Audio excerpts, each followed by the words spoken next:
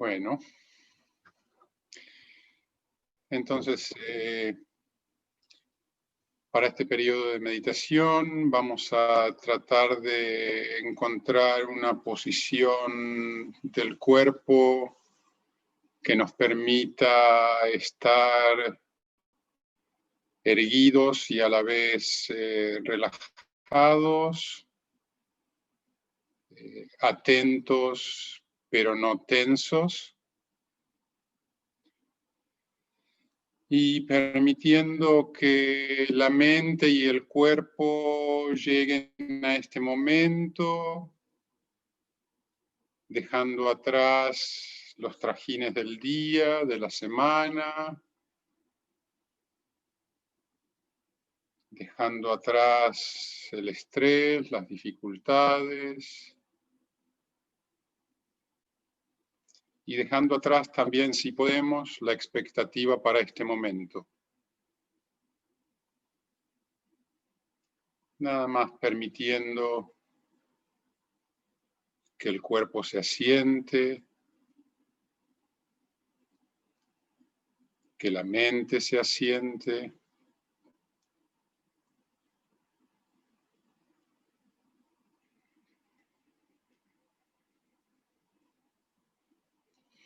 Y si parece adecuado, quizás tomar un momento para formular una intención para este periodo de práctica, una intención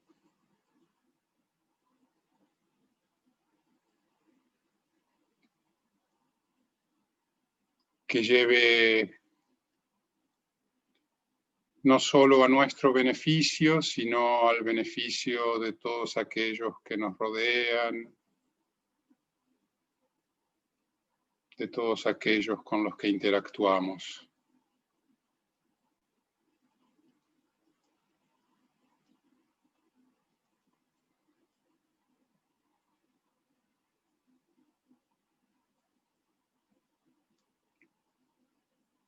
Tomando un momento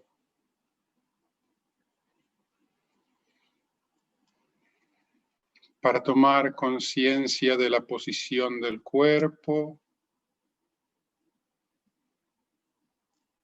sintiendo quizás la presión de las nalgas sobre el cojín o el asiento.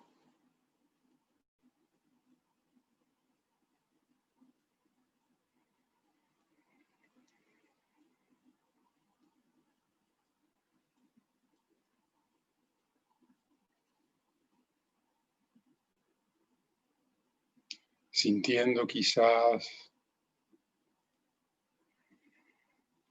el leve movimiento del cuerpo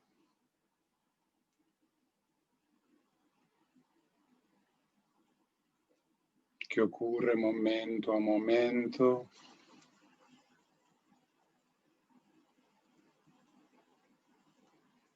con cada ciclo de respiración.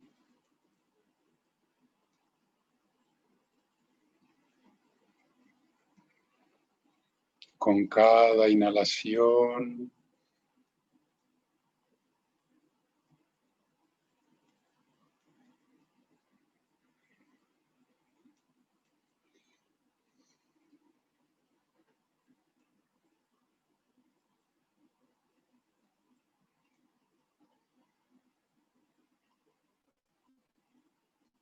Y permitiendo entonces que la mente repose en el cuerpo,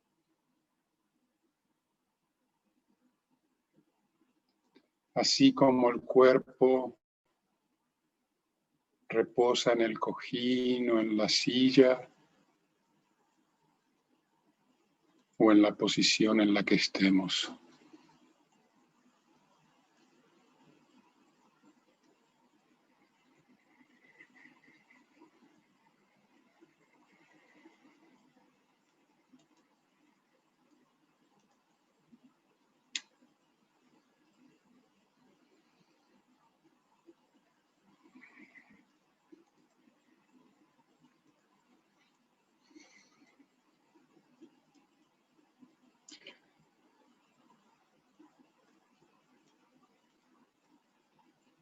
Y tratando de mantener esta presencia mental, esta sensación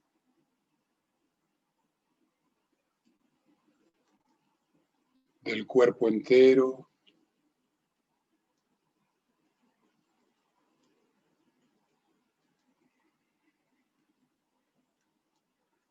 Podemos quizás dirigir nuestra atención a hacer un recorrido por el cuerpo, tratando de notar, si podemos, en cada lugar, las sensaciones que ocurren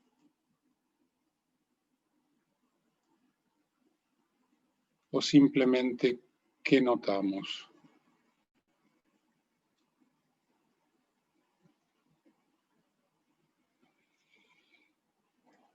Y así, trayendo la atención al punto más alto de la cabeza, al cuero cabelludo,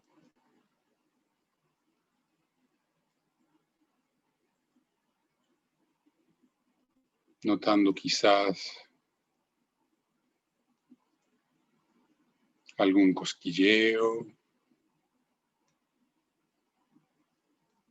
calor, humedad,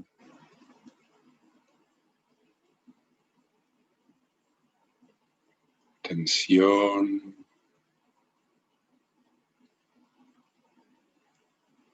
nada.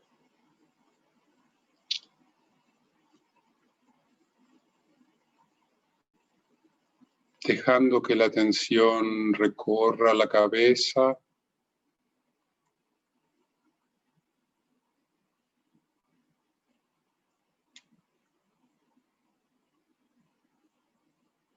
notando su posición,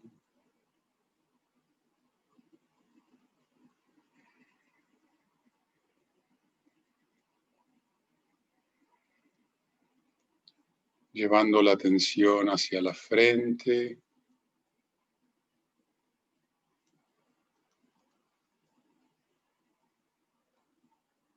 dejando que se mueva de izquierda a derecha, derecha a izquierda, recorriendo la frente,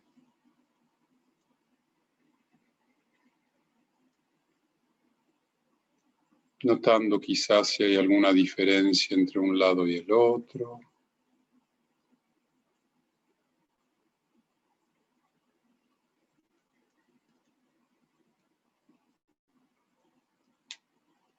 De la frente a la cara.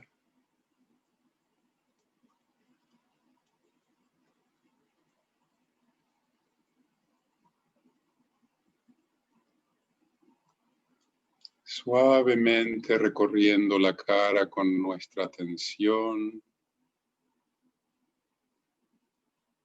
notando calor, frío, vibración, temblor, tensión.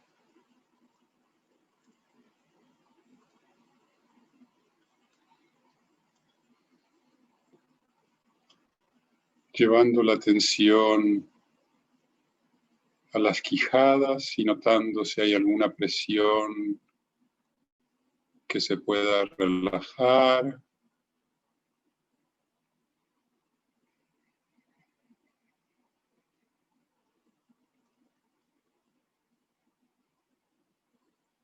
Notando la posición de nuestra lengua en la boca.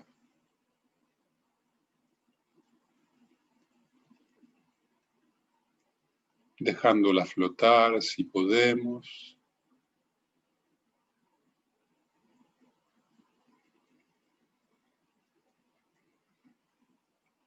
Notando los dientes, las muelas y si están presionados o no.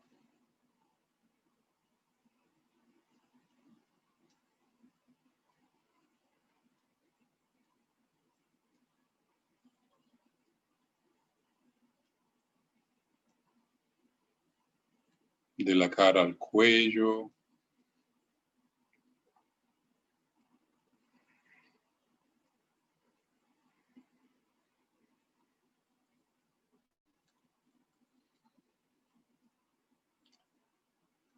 Notando su posición sobre los hombros.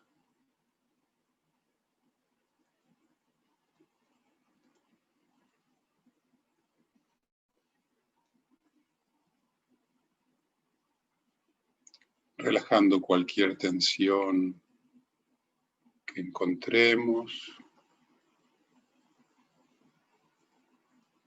Pero principalmente notando, sintiendo,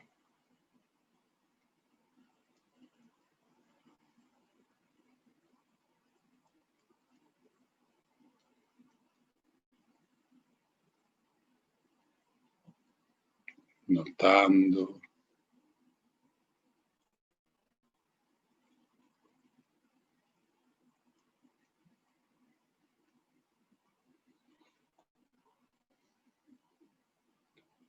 del cuello al pecho,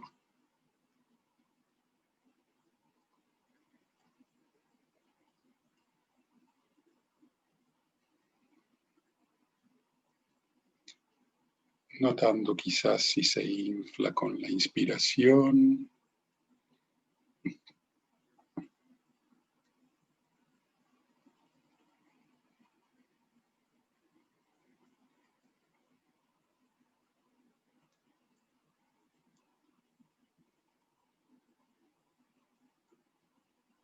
notando cualquier sensación en el pecho.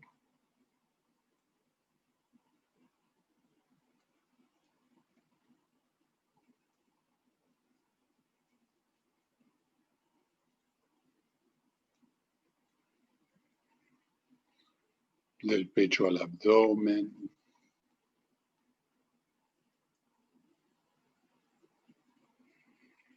sintiéndolo de adentro hacia afuera, de afuera hacia adentro.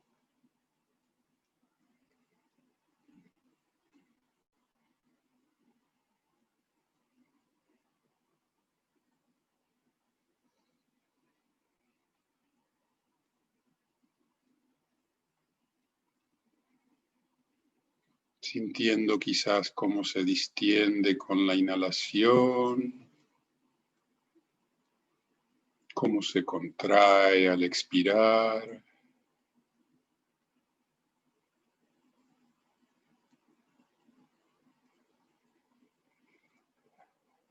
O quizás nada más sabiendo que ahí está el abdomen.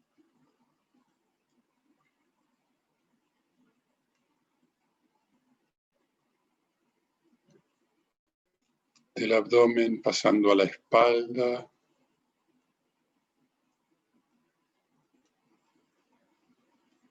bajando de los hombros hacia los omóplatos, notándolos, viendo quizás si pueden caer un poco.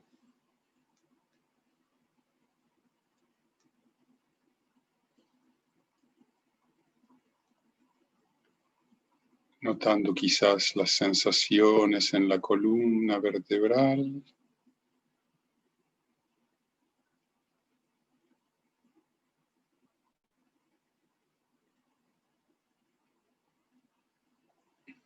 De la espalda a las caderas.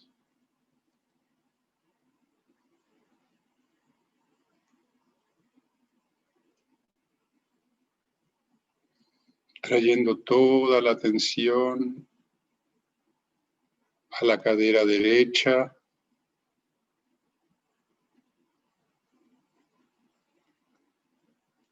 Sintiendo quizás la zona de presión entre la cadera y el asiento.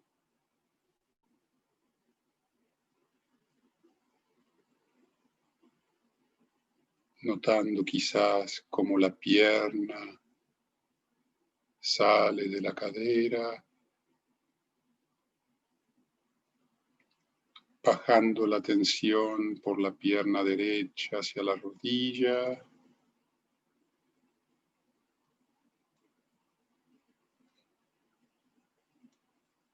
Sintiendo esa rodilla desde adentro,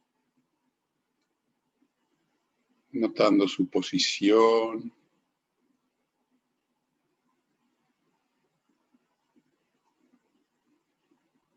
sabiendo si hay presión o no.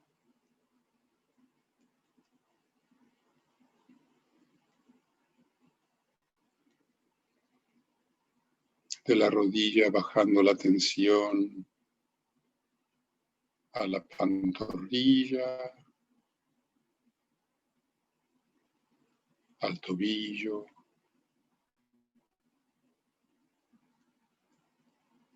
al pie,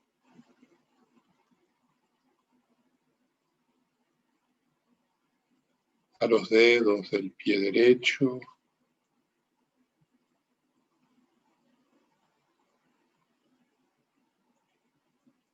sintiendo calor, presión, hormigueo.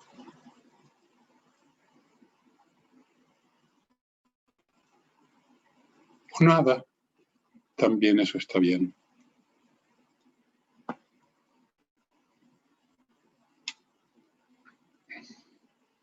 Llevando ahora la atención a la otra cadera, a la cadera izquierda.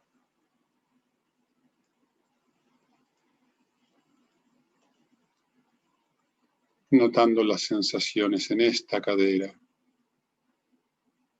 de adentro hacia afuera, de afuera hacia adentro.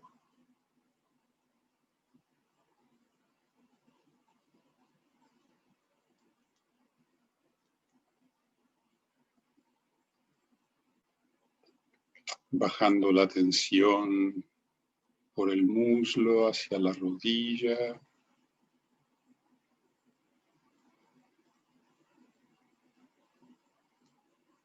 Deteniendo la tensión en la rodilla para sentirla desde adentro.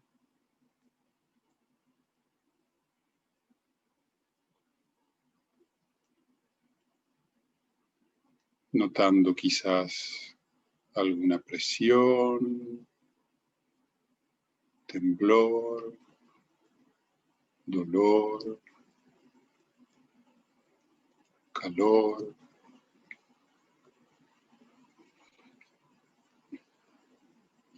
Bajando la tensión por la pantorrilla, hacia el tobillo y al pie.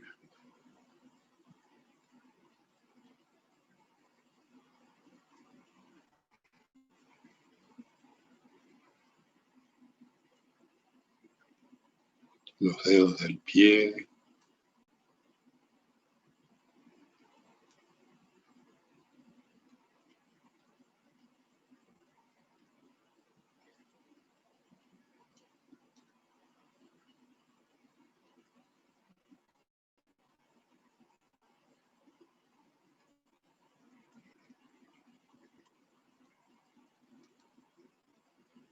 Y volviendo ahora la atención a la sensación global de todo el cuerpo.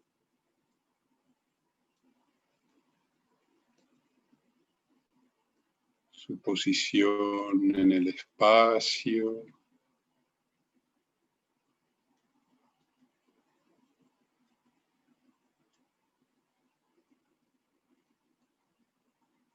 Sus pequeños movimientos apenas perceptibles.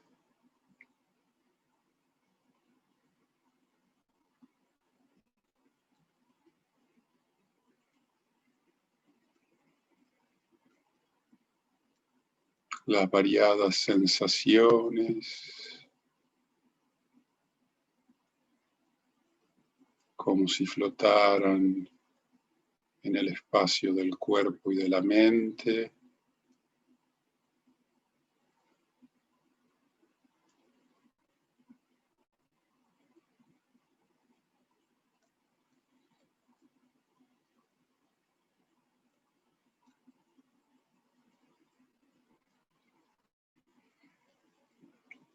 Y si notamos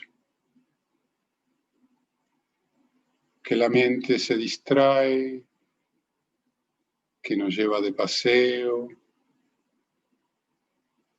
que está pensando, haciendo planes, sin preocupación, sonrientemente lo notamos y con delicadeza volvemos a traer la atención a este momento, a este cuerpo, a estas sensaciones,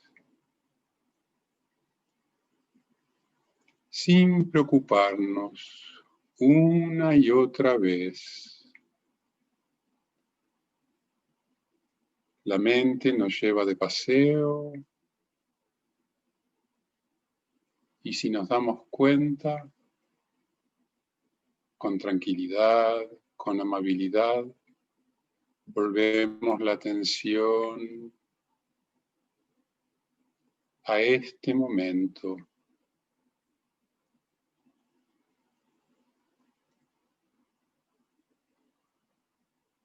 Sabiendo que es solo en este momento que transcurre nuestra vida,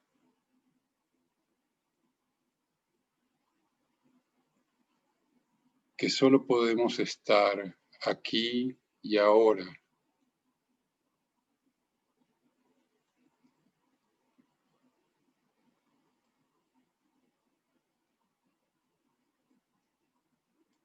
Y cuando nos perdemos, cuando nos vamos de paseo, sin preocupación, con amabilidad, con gusto, volvemos a traer la atención una y otra vez, aquí, ahora, a este cuerpo, a estas sensaciones,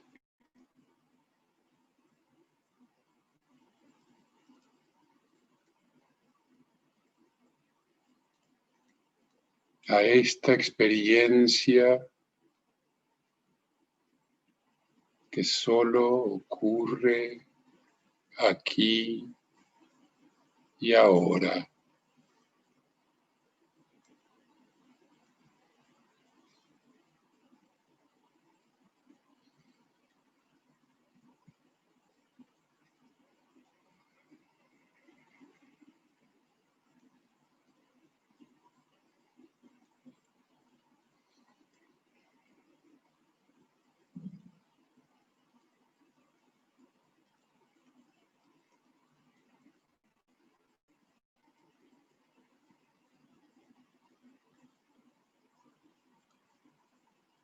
Y si a pesar de nuestra intención, la mente se distrae, necesita quizás una tarea, podemos entonces empezar otro recorrido detallado por el cuerpo, atendiendo a las sensaciones, empezando por la cabeza, bajando por la frente, la cara, el cuello, sintiendo las sensaciones,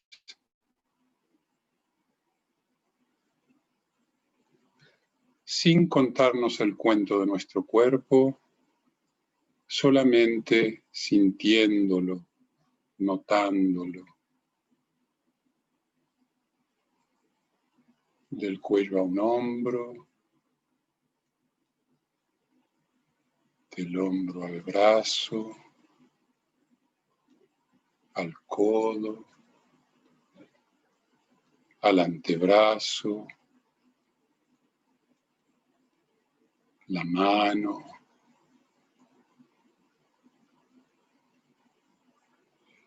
el otro hombro,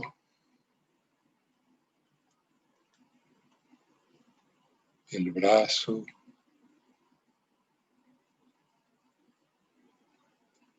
el codo, las sensaciones del antebrazo,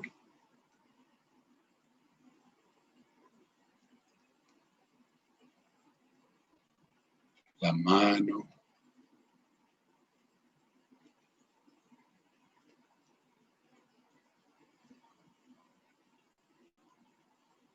el pecho, el abdomen,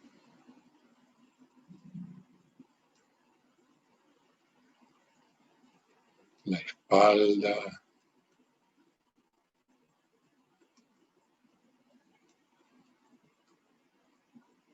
una cadera,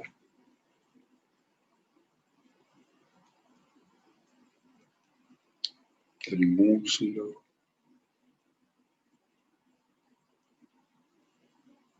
la rodilla,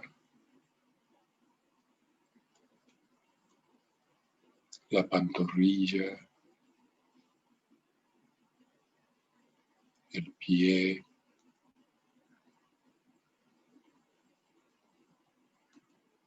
llevando la atención a la otra cadera, al muslo, la rodilla, la pantorrilla y el pie.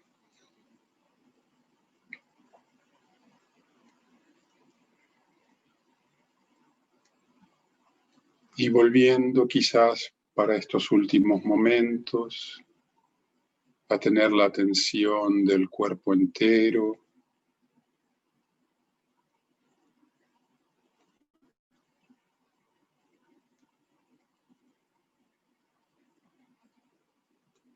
sus sensaciones, sus pequeños movimientos.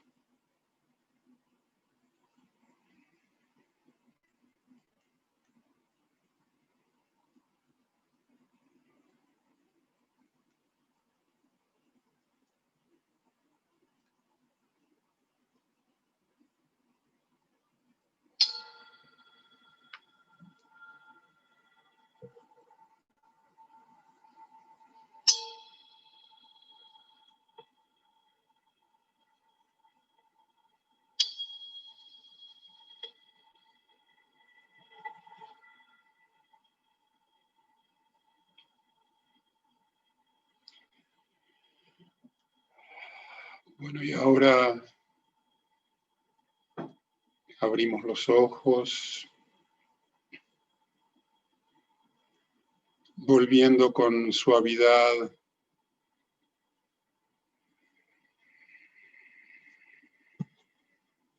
a ver nuestro entorno,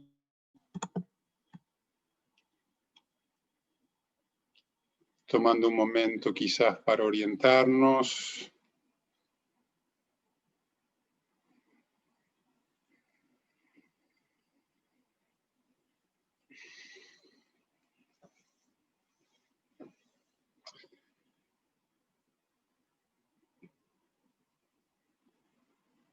Bueno, Aquí estamos y realmente quiero expresar otra vez mi agradecimiento por estar juntos, porque me den esta oportunidad de compartir un poquito de lo que entiendo sobre las enseñanzas del Buda y de la práctica que nos recomienda, y para seguir hablando de hablar.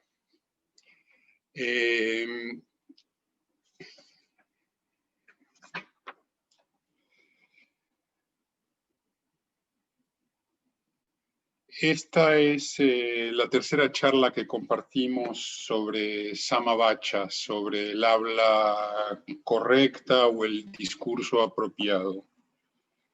Y ya hablamos un poco, por un lado, de la posición que tiene el habla correcta, el discurso apropiado, el Samavacha, dentro del noble óctuple camino, y también de algunas de las características del habla correcta que nos recomienda el Buda, ¿no? El habla correcta debe ser veraz, debe ser beneficiosa, debe ser oportuna, debe ser agradable al oído y debe provenir de una mente imbuida con meta o con benevolencia.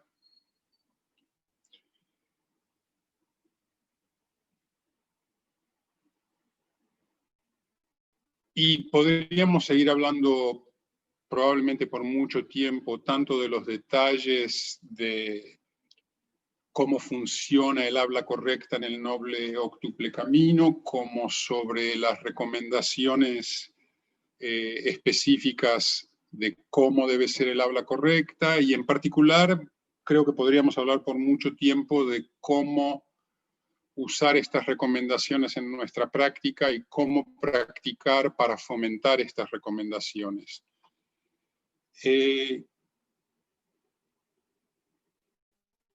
Yo pienso que el habla, el lenguaje, tiene un lugar primordial tanto en el camino, en las enseñanzas del Buda, como realmente en todo lo que nos hace humanos. El habla, el lenguaje, no solamente el habla correcta, sino el lenguaje en general, es quizás la característica primordial que nos distingue como seres humanos, probablemente de todo el resto de la existencia, o al menos así lo entendemos nosotros, los humanos.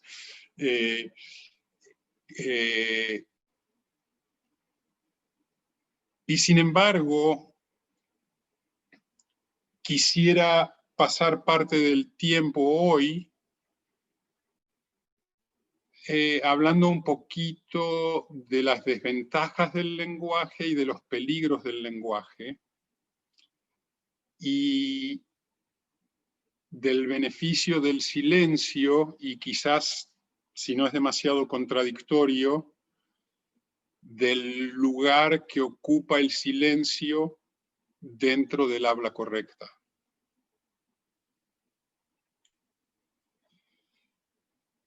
Y la verdad es que voy a tratar de no extenderme demasiado porque no estoy seguro de que lo que quiero transmitir va a salir claramente. Entonces preferiría hablar un poco y después dar lugar a que lo charlemos entre todos con preguntas y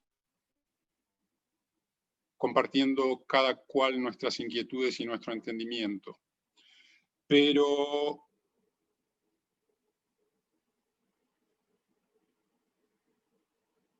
hablar del silencio.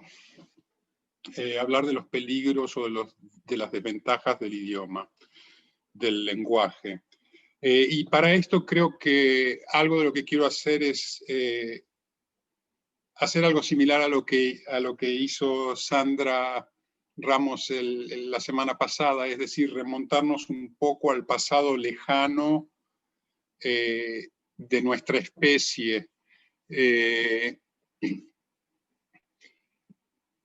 Y esto no es algo de lo que yo sea experto, sino que he leído algunas cosas y si lo que digo no tiene mucho sentido, no se preocupen, no hay que tomarlo demasiado en serio. Pero los humanos tenemos muchísimo tiempo en la Tierra. Según los paleontólogos, la gente que estudia esto, hace más de 2 millones de años que hay homínidos, o sea, humanoides, nuestros primos cercanos y lejanos, y por lo menos 300.000 años de nuestra existencia como especie Homo sapiens. Y no solamente eso, sino que por probablemente casi 1 millón de años han habido otros homos, es decir, otros no primos, sino casi hermanos de nosotros, es decir, especies mucho más cercanas a las nuestras, a nuestra especie, es decir, especies que son Homo neanderthalis o Homo erectus, es decir, que son del mismo género. Y todos los homínidos, todos los humanoides y en particular todos los homos, tenemos un cerebro mucho mayor que el de la mayoría de los animales, caminamos la mayoría erguidos, tenemos muchas características similares. Y sin embargo, hoy en día solamente queda una especie de Homo, que somos nosotros, el Homo sapiens. Todos los demás se han extinguido y de hecho, según datos de las últimas décadas, se han extinguido relativamente recientemente, es decir, en los últimos 15.000 años probablemente se extinguieron los neandertales y probablemente se extinguieron en parte por competencia con nosotros y nosotros ganamos. Aunque eso no está muy claro, pero creo que es lo que cree la gente que estudia esto hoy en día. Y aún si nos limitamos nada más a ver al Homo sapiens, a nuestra especie, y decimos que nuestra especie existe casi sin ningún cambio notable en el récord de los huesos que se encuentran por los paleontólogos, la gran mayoría de esos 300.000 años la pasamos viviendo de una manera muy, muy similar a la que viven los chimpancés o los gorilas hoy en día, es decir, en pequeñas bandas de generalmente no más de 50 personas, que pasaban casi todo el tiempo esencialmente tratando de subsistir y de no ser comidos. Porque a pesar de que hoy en día ocupamos quizás el punto más alto de la cadena alimenticia de toda la biología, la mayor parte de nuestra existencia como especie, de hecho, la pasamos más como presa que otra cosa. Y esto es simplemente para tratar de marcar las grandes diferencias que existen entre la humanidad de hoy que conocemos nosotros y a la que pensamos que que pensamos que es realmente la única manifestación de la humanidad, ¿no? Como seres que tienen una gran inteligencia, que pueden compartir experiencias a distancia, que pueden comunicarse de manera muy compleja. Y sin embargo, la realidad es que la gran mayoría de nuestra existencia la pasamos en bandas muy pequeñas, muy aisladas, que tenían que pasar la mayoría del tiempo nada más tratando de asegurarse de no morir. Y no es hasta más o menos 70, 50.000 años atrás que empieza a cambiar eso, que hay lo que algunos llaman una revolución tecnológica. De repente empiezan a haber herramientas más complejas, empiezan a haber grupos humanos mayores, empieza a haber evidencia de caza de otros animales.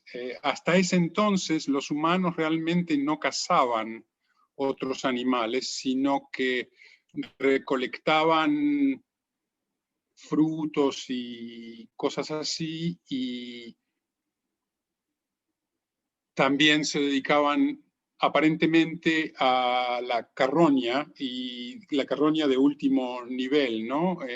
Que después de que los leones se comían la presa y después de que las hienas y los perros se venían a terminar lo que quedaba, los humanos iban con unos martillos de piedra a romper los huesos y comerse la médula ósea. Y bueno, hace más o menos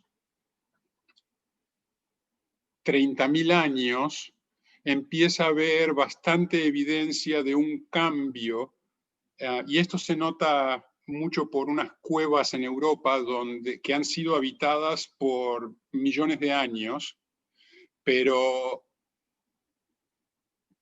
el récord paleontológico, el récord de los huesos, muestra que hasta hace más o menos 30.000 años la mayoría de los huesos eran de los huesos de grandes felinos y sus presas.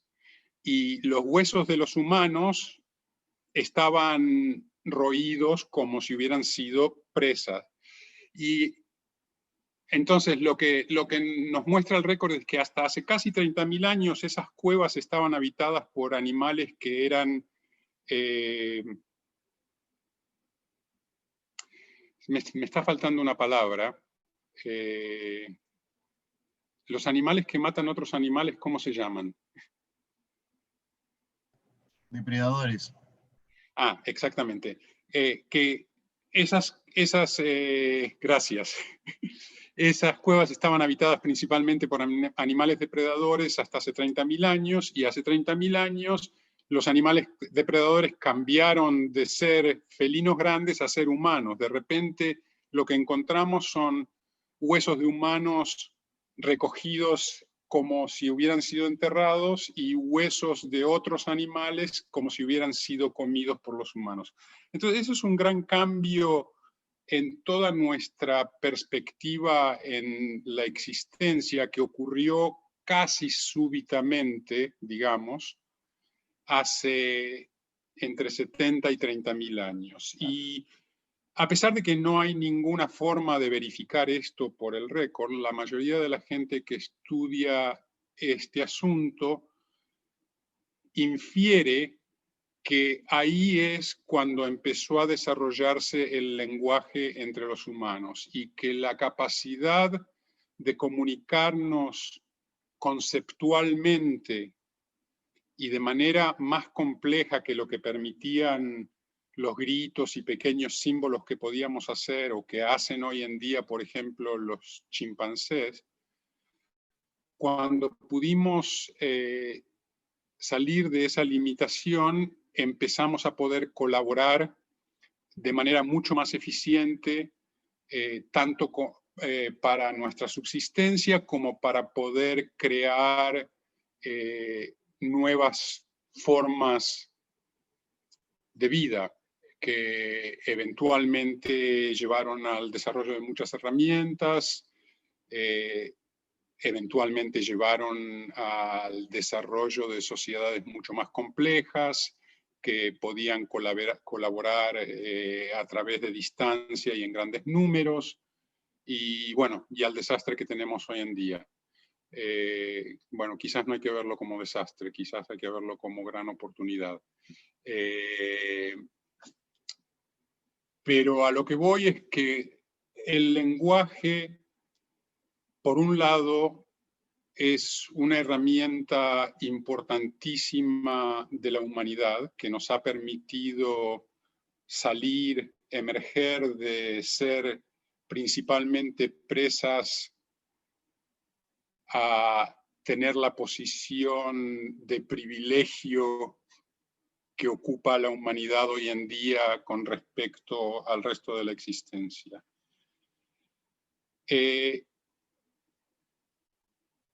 Y al mismo tiempo, el lenguaje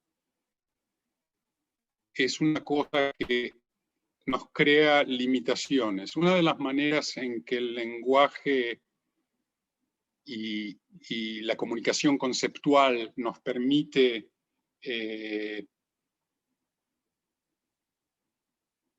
nos da capacidades de manejar nuestro entorno, es porque los conceptos son una forma de tomar pequeños pedazos de la realidad, de dividir la gran complejidad de la inmensidad de datos, de información que es la realidad, en pequeños pedazos más manejables. Y de esa manera nos ha dado todas estas capacidades de las que hablamos. Pero de la misma manera que nos permite dividir la realidad en pedazos manejables, también confunde la realidad, porque el concepto es una forma en cierta forma funciona como el menor denominador común de una fracción.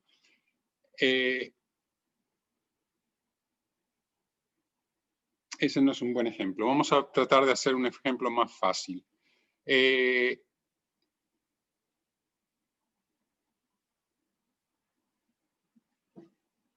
Había, cuando yo era chico, un pequeño juguete que era un pedazo de madera que tenía cortado distintas formas. Un triángulo, un círculo, un rectángulo, quizás un paralelogramo, no sé. Varias formas. Entonces había bloques de madera y había que tratar de ver qué bloque encaja en cada uno de esos. Había que traer el círculo al círculo, el rectángulo al rectángulo y a ver si podía encajar. Los conceptos funcionan un poquito como esas formas. Con el problema de que reciben todo lo que cabe dentro de esa forma, aunque no sea exactamente de esa forma. Es decir, en la forma de un cuadrado puede caber un círculo pequeño.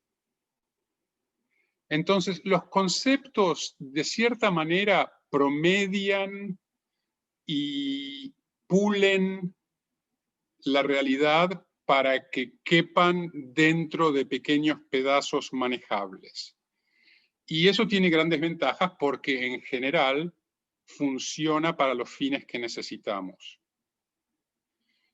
Pero, por otro lado, el depender tanto de los conceptos nos quita la posibilidad de ver realmente qué es lo que estamos promediando. cuáles son todos los puntos de información que se promediaron para crear ese concepto, que a veces están por afuera de los límites del concepto, o a veces realmente si los vemos con detalle, vemos la forma que no es el cuadrado, pero que cupo dentro de ahí. No sé si eso explica un poquito lo que quiero decir.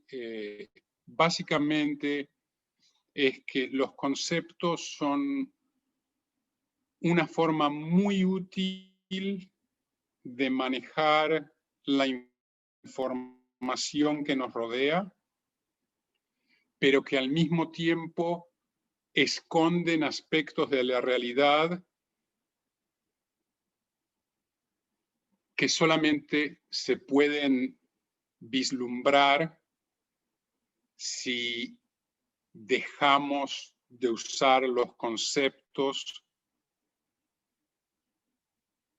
como la medida de la realidad.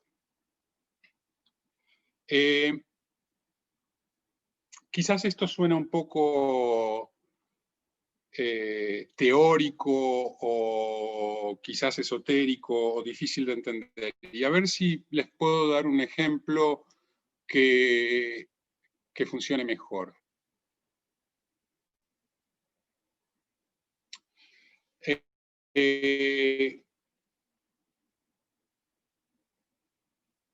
Si yo les tuviera que dar direcciones para llegar a mi casa desde San Francisco, les podría escribir unas direcciones que quizás tendrían como 18, 19 pasos.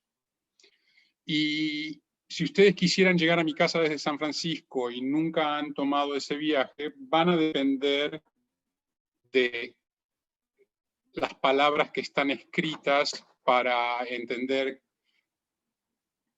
que van a tener que cruzar un puente, van a tener que en algún momento saber cuándo doblar a la derecha, cuándo seguir otro kilómetro y después doblar a la izquierda. Entonces van a depender de esos conceptos. Ustedes van a llegar bien a mi casa siguiendo esas palabras, pero probablemente si tienen que apegarse a las direcciones que les estoy dando, no van a tener la capacidad de ver bien todo lo que están atravesando para llegar a mi casa, porque van a estar limitados por esos conceptos que están buscando, van a estar limitados por aquel puente al que tienen que llegar antes de cruzar, o limitados por asegurarse de que manejaron 1 kilómetro antes de ir a la derecha. La segunda vez que vengan, probablemente van a tener menos necesidad de mirar el papel o el mapa.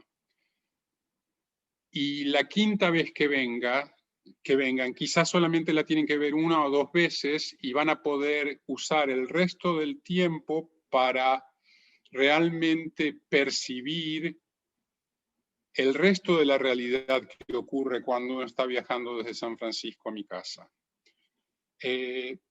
Y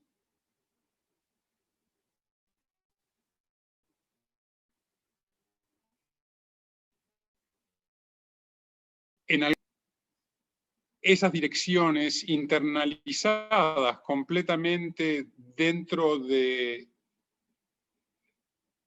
su sistema de operación, digamos, sin necesidad de tener que recrear las palabras o los conceptos para poder llegar aquí. Y es hasta posible que si lo hacen por mucho tiempo, llegue el momento en el que ustedes puedan venir de San Francisco a mi casa sin tener que ver ninguna dirección y sabiéndolo por completo, pero que hasta que tengan dificultad de darle las direcciones conceptuales a otra persona. Simplemente porque ya lo saben tan bien que no tienen necesidad de repetir los conceptos y por eso quizás hasta podría ser difícil acordarse cómo escribir las direcciones para dárselas a otra persona. Entonces vamos desde una situación en que los conceptos son completamente necesarios para poder llegar a cierto acto, atravesamos por una situación en la que los conceptos nos ayudan un poco, pero tenemos otras capacidades para lograrlo. Y podemos llegar casi hasta la situación en que podemos hacer lo que tenemos que hacer sin siquiera recordar los conceptos que nos hicieron llegar ahí.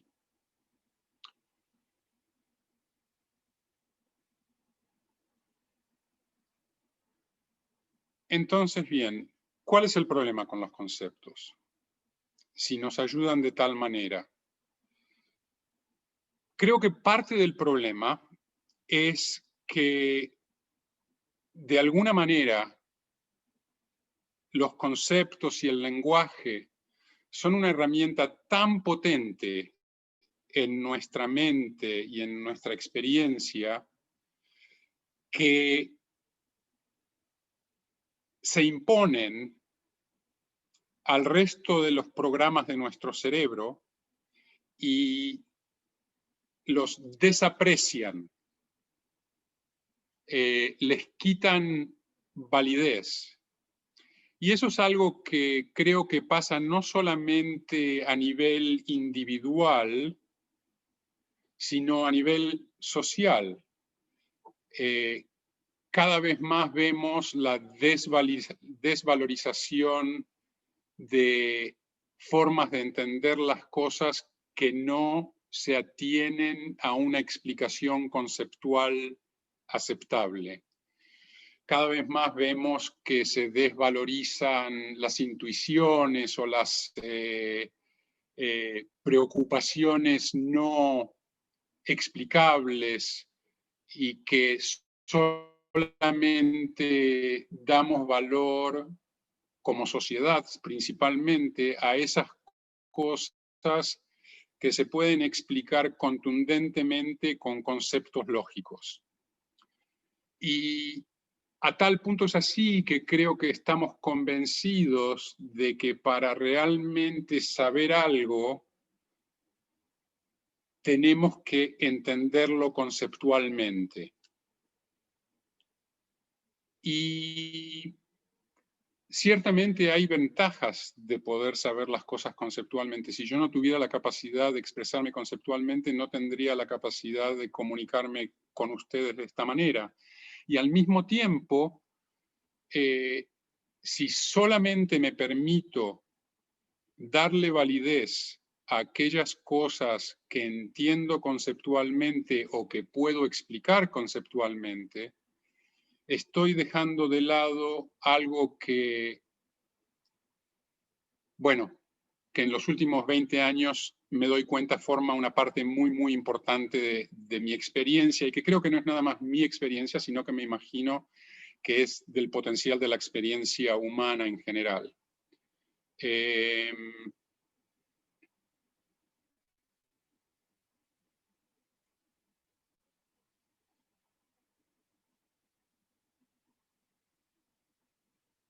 Estábamos hablando de los conceptos y de la proliferación y el amigo Ricardo mencionó la palabra papancha. No sé si todos ustedes conocen la palabra papancha o el concepto de papancha. Es una palabra en Pali y a lo que se refiere es justamente a esa tendencia que tenemos en nuestra experiencia humana de proliferar cuando tenemos un contacto, nuestra conciencia, nuestras sensaciones hacen contacto con algo. Y principalmente lo primero que ocurre es que hay una sensación, hay una conciencia de esa sensación y hay una carga afectiva que tiene que ver con esa sensación, que es lo que se llama en Pali Vedana, sí, sensación. Pero casi inmediatamente, la carga afectiva es si es algo positivo o si es negativo, si es agradable o desagradable, o si no es ninguna de las dos cosas. Esas son las tres posibilidades. Pero como humanos, casi siempre respondemos a lo desagradable con alguna variación del concepto no me gusta, o con alguna variación del concepto me está pasando a mí. Esas dos cosas, y hay otras posibles variaciones, pero casi todas tienen en común el mí, la perspectiva de que hay un observador y algo que se está observando, ya sea la experiencia interna o lo que está ocurriendo afuera.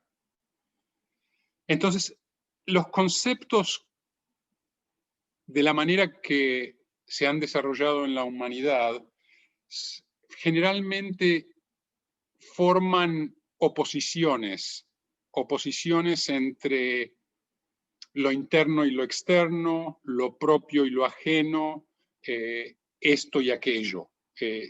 Y esas oposiciones nos ayudan a ver distintos ámbitos de la realidad, pero generalmente sustraen lo que estamos observando de sus relaciones.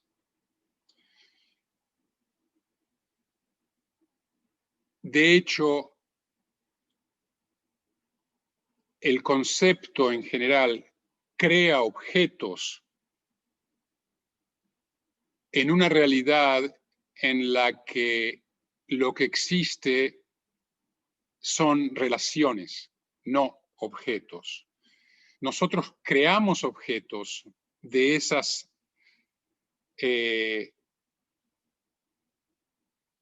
arrays, de esas mezclas de relaciones que ocurren porque nos conviene ver ciertos aspectos de la realidad como limitados, porque de esa manera los podemos manejar. Pero al mismo tiempo, eso nos impide ver la realidad amplia de cómo se relacionan todas las condiciones y todas las causas de esas condiciones que hay en la realidad, en la experiencia real. Yo creo que me estoy pasando de mi objetivo de dejarnos tiempo para charlar, pero creo que quisiera hacer un comentario más. El habla, el lenguaje es importantísimo para entender los conceptos que nos transmiten las enseñanzas del Buda. Definitivamente necesitamos el lenguaje para poder recibir las instrucciones de lo que descubrió el Buda. Necesitamos el lenguaje para también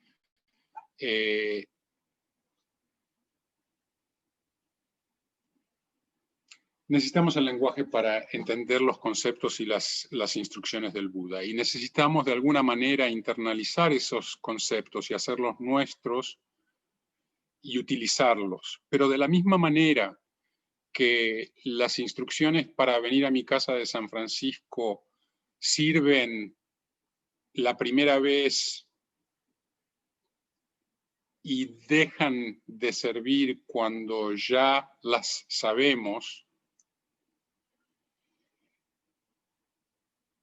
las instrucciones del Buda nos incitan a practicar de una manera que entendamos los conceptos para poder abandonarlos, para poder vivir el entendimiento que transmiten los conceptos sin la limitación que nos imponen los conceptos.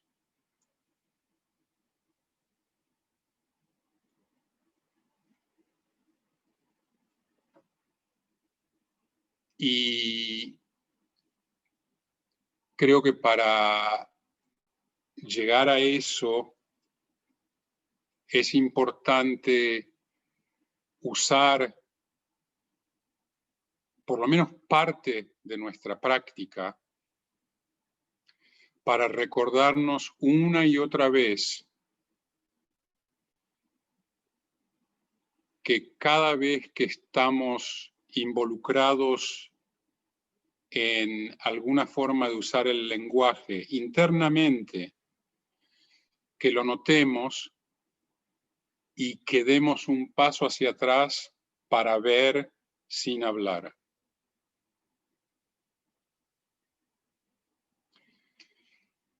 En la práctica, cuando estamos sentados, cuando estamos muy tranquilos, muchas veces surgen historias o paisajes o planes muy interesantes, y cuando estamos en esa situación a veces nos convencemos de que vale la pena seguir escuchando. Y mi recomendación para mí mismo ha sido por mucho tiempo, cada vez que escucho la historia y sé que estoy escuchando, la puedo dejar. No necesito involucrarme.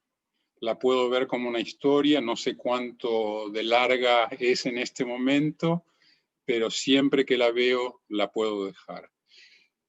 Y para que eso sea más fácil, hay que dejar la historia, pero con mucha amabilidad hacia nosotros mismos. Hay que dejar la historia con el gusto de haber visto que estábamos perdidos, no con el miedo de que estamos perdidos, no con la irritación de que perdimos el camino, solamente con el gusto de saber que estábamos perdidos y ahora no. Y eso puede pasar 1000 veces, pero mientras más gusto tengamos en hacerlo, más fácil se va a hacer que lo hagamos con gusto. Y eso puede ser un poco circular, pero esa es la historia del habla. Creo que lo voy a dejar ahí por este momento y quizás nos tomamos 2 minutos para sentarnos sin hablar y después abrimos el foro. Voy a poner un timer.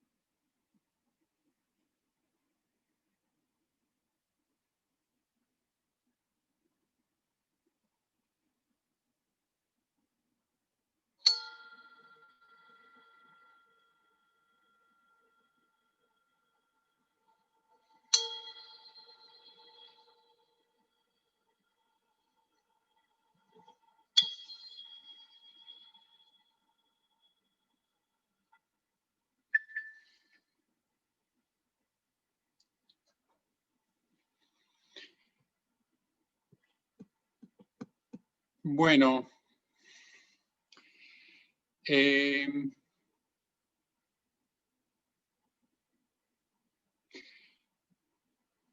no sé si hay alguna pregunta, algún comentario, alguna queja, alguna preocupación.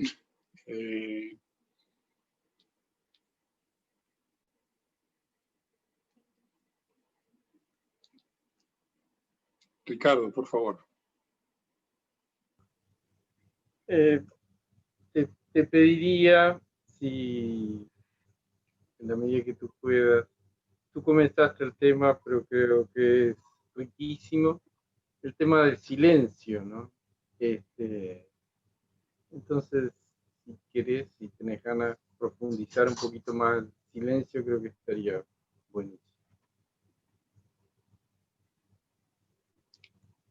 Bien, bien.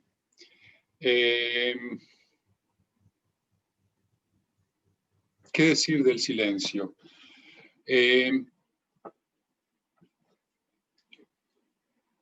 Yo, bueno, primero que todo, quisiera decir que la primera vez que hice un retiro en silencio, que fue a regañadientes y por recomendación e insistencia de mi esposa, que ya había hecho algún retiro y pensó que me vendría bien explorar el silencio.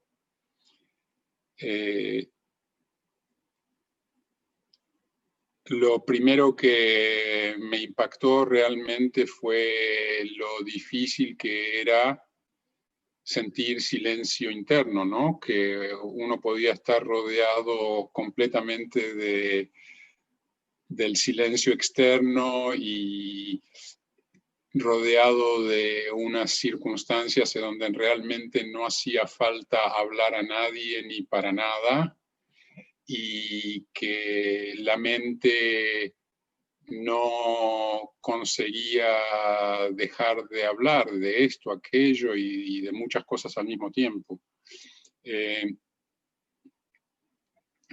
Y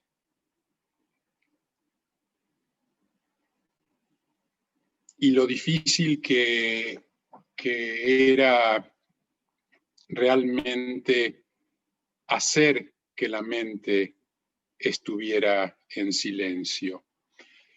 Y bueno, después de un tiempo de preocuparme por todas las voces internas y por la incapacidad de hacerlas callar, empecé a seguir las instrucciones de nada más prestar atención a la respiración y de no enojarme con las voces cuando interrumpieran mi atención. Y después de un tiempo de realmente volver cada vez que me perdía a nada más prestar atención a algo, empecé a sentir esta sensación de no tener esas voces, de realmente nada más quizás tener imágenes o tener sensaciones o no sé cómo llamarlo, pensamientos incipientes que no tienen palabras, pero que se manifiestan en el cuerpo, y ver realmente que ver eso,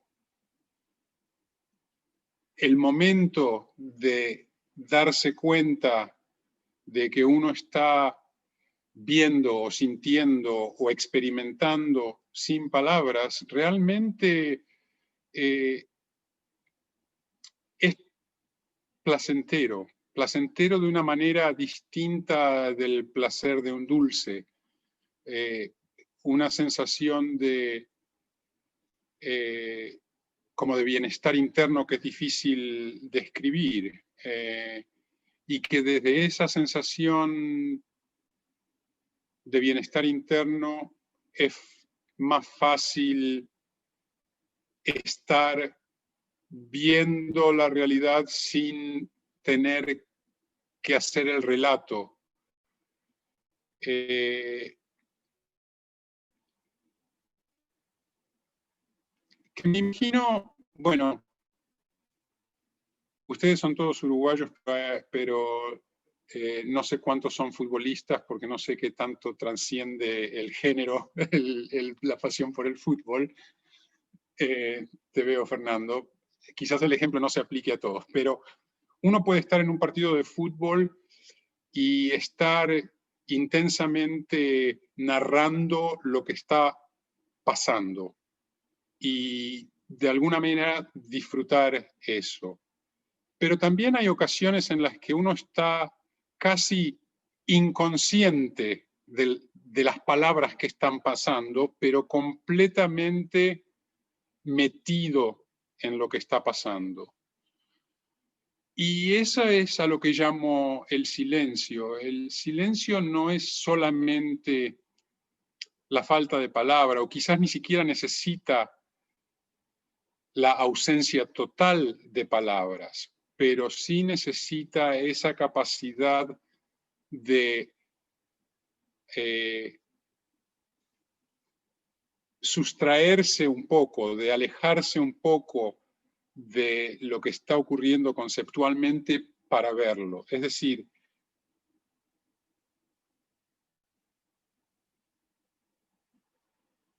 a mí me ocurre, por ejemplo, que en el silencio a veces surge una experiencia y de repente la sensación, ah, sí, está en mí.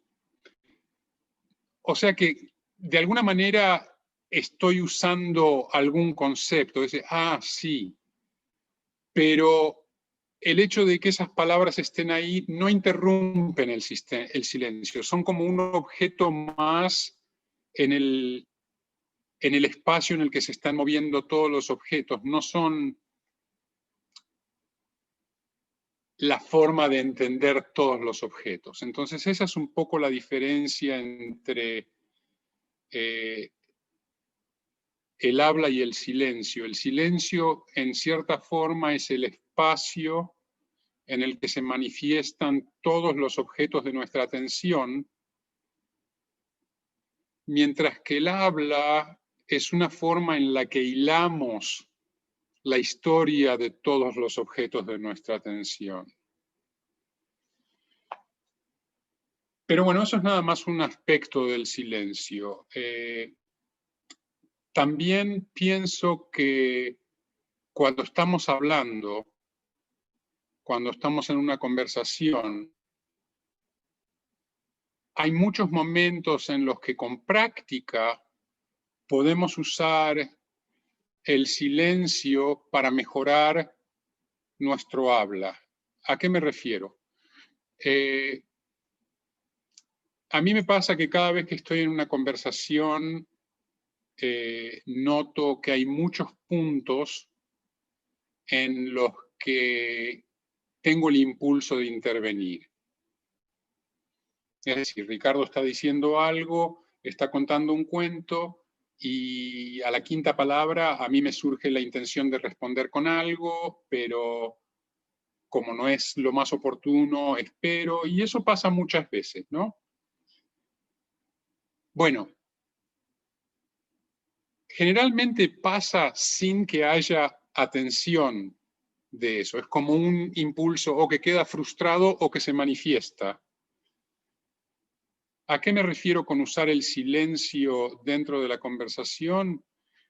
Una vez que empezamos a notar esas sensaciones, justamente dentro de la conversación, dar un paso atrás y poder ver no solamente a la persona que nos está hablando y a las palabras que se están diciendo, sino también a nuestras reacciones a esas palabras. Es decir, no tener que actuar esas reacciones o suprimirlas o esconderlas, sino nada más dejarlas que se manifiesten en este espacio de silencio que nos permite por un momento, dejar de agarrar las palabras y nada más verlas.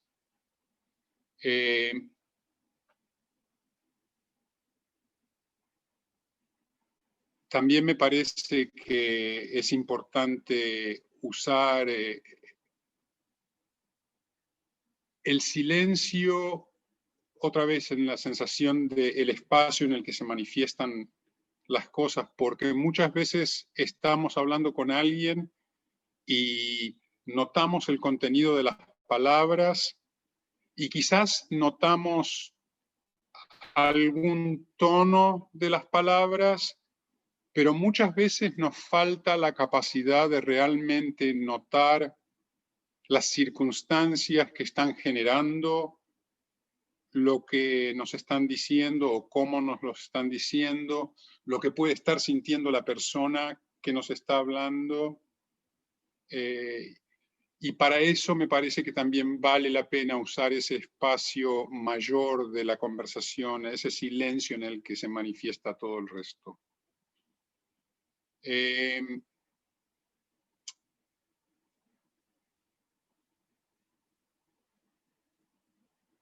Y pensando en el silencio como ese espacio en el que ocurre todo,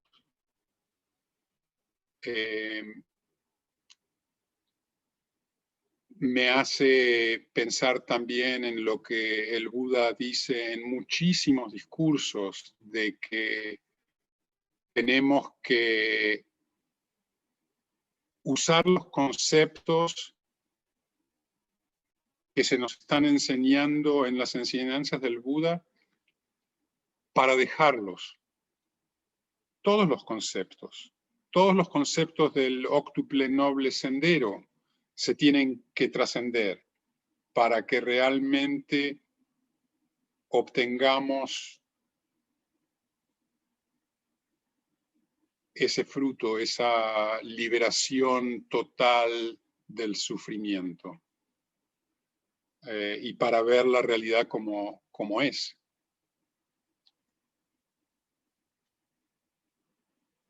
Bueno, yo no sé cómo es que me preguntan sobre el silencio y que yo hablo 10 minutos sin parar, pero bueno. Fernando. Bueno. Primero de nada, agradecerte, eso es lo primero que hay que comenzar. Y luego de esta hora y media, y después te vas a dar cuenta de lo que te digo, basado en cómo iniciaste tu charla, tus enseñanzas, te vas a dar cuenta por qué. Muchas veces en estos encuentros hago el mismo comentario de que estos encuentros y cantidad de cosas que vamos cambiando son pequeñas gotitas que nos van cayendo y nos van horadando. A su vez también hay ciertos momentos en el camino donde puedes llegar a pasar por una neblina que de repente te moja un poco más, y a veces, como en esta ocasión, recibís una lluvia de conceptos, estas palabras que de repente a veces son tan difíciles de buscar, y cada vez que te escucho también, y escuchando muchas veces a Ricardo también, que muchas veces hace ese mismo tipo de inicios, no sé si fue de repente tan claro, o no sé si tienen una claridad meridiana, y creo que muchas veces hasta estos conceptos quedan muy cortos o escasos inclusive a todo lo que querés explicar, ¿no? Porque eso se trata muchas veces de transmitir cosas que las palabras se quedan cortas, como para que te explique una canción, ¿no? O sea, ¿cómo te explico una canción? La canción la tenés que escuchar, o cómo te explico, no sé, lo que es una lluvia, o lo que, ¿no? O un color. Entonces, en ese sentido, digamos, agradecerte y bueno, y devolverte, digamos, por la claridad, porque luego de un inicio y un raconto histórico de la humanidad, de la evolución, y llevarlo todo eso y atarlo, ha sido, digamos, maravilloso, y bueno, y eso, digamos, agradecimiento a todo lo volcado. Eso como arranque.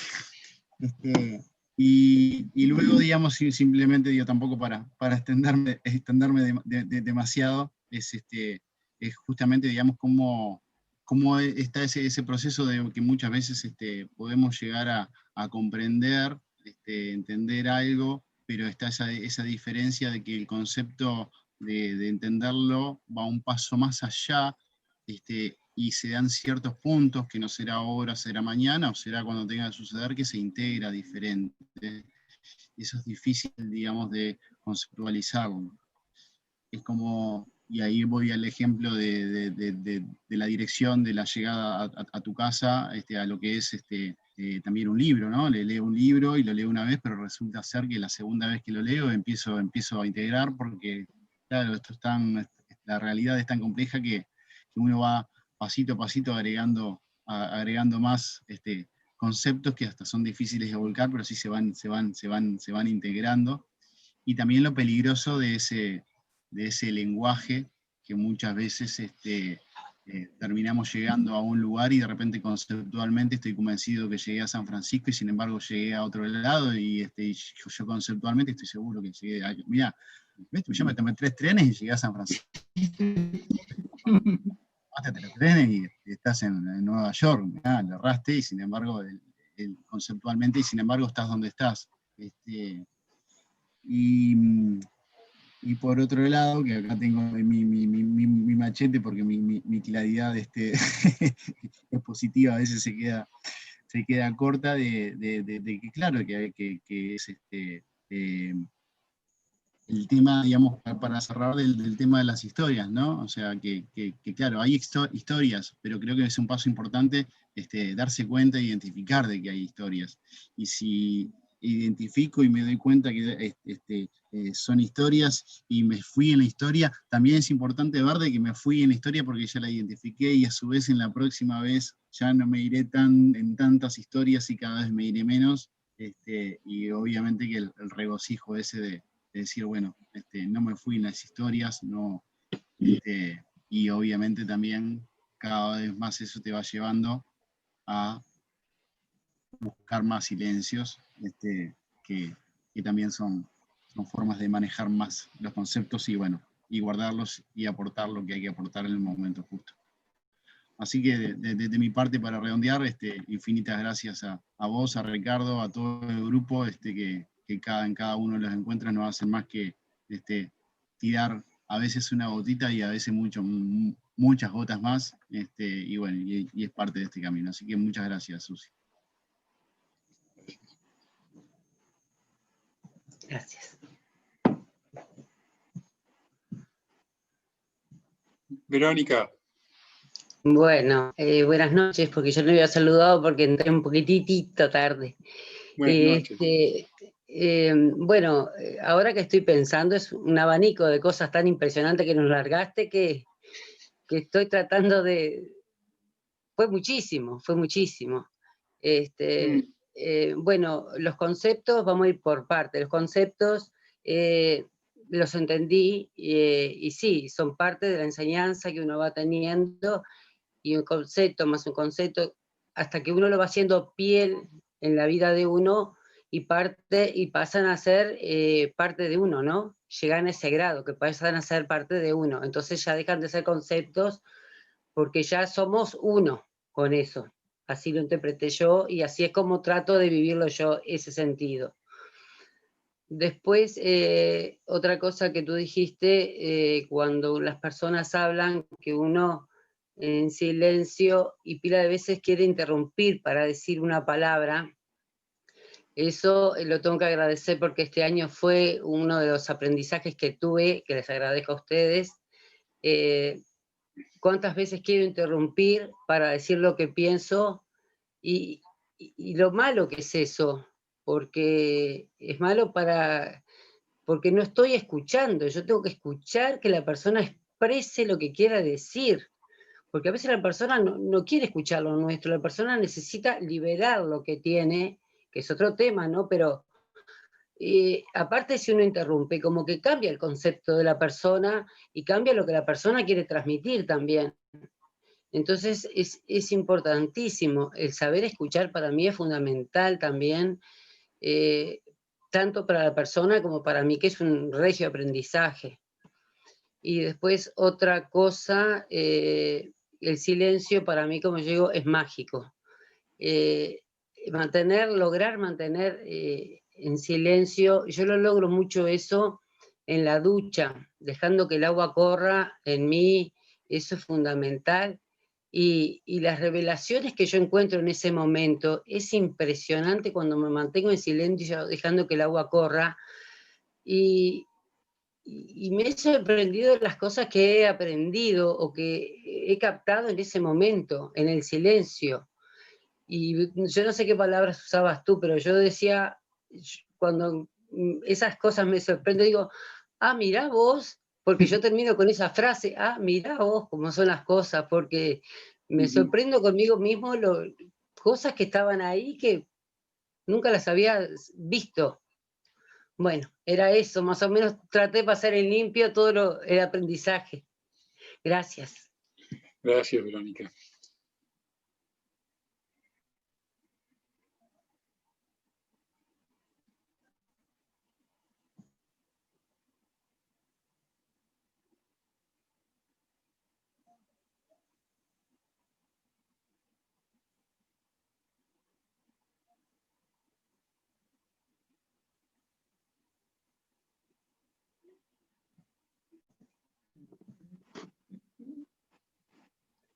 Sí, Ana.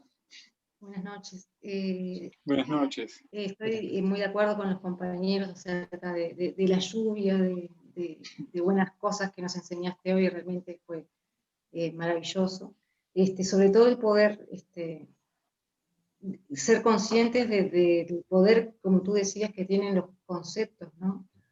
Al punto que le asignamos pronósticos de cosas que van a pasar, por ejemplo, que son determinados conceptos. Por ejemplo, esto de, hay gente que dice, ay, cuando se acabe el 2020, todo va a cambiar. Y no, es un concepto, ¿no? En realidad no va a pasar ningún cambio maravilloso, así, ¿no? Mágico, porque se cambie, ¿no? El calendario. Entonces, sí será poderoso e importante darnos cuenta de eso para despegarnos de expectativas, de tanto peso que le damos al lenguaje y a los conceptos. Así que bueno, muy agradecida, muchísimas gracias. Gracias. Gracias.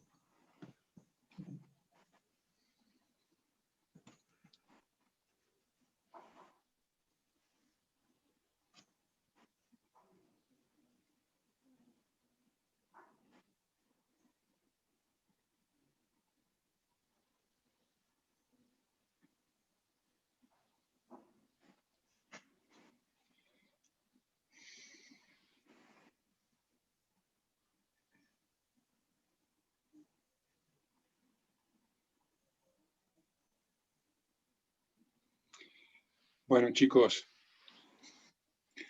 chicas,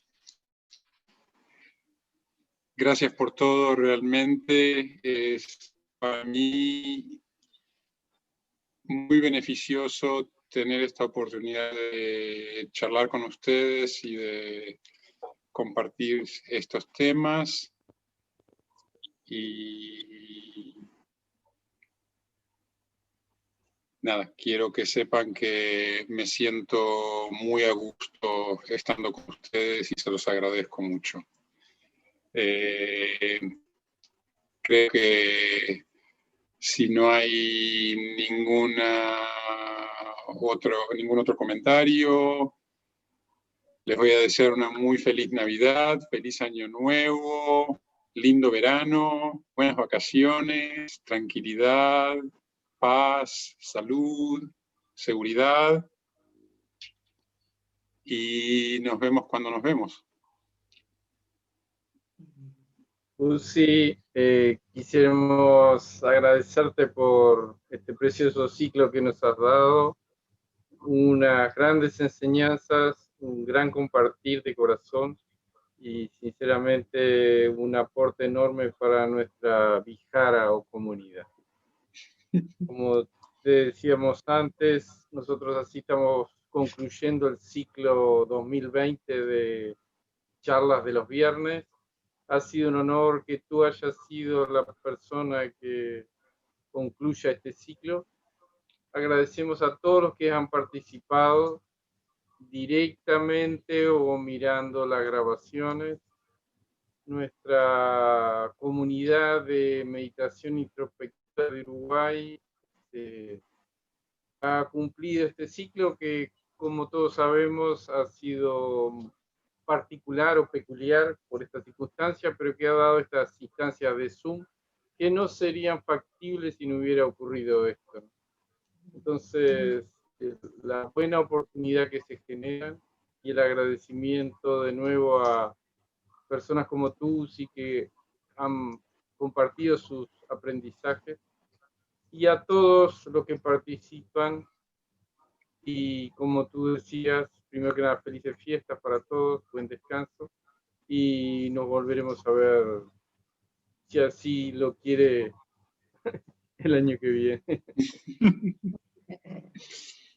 Falta mucho para terminar el 2020, así que vamos arriba.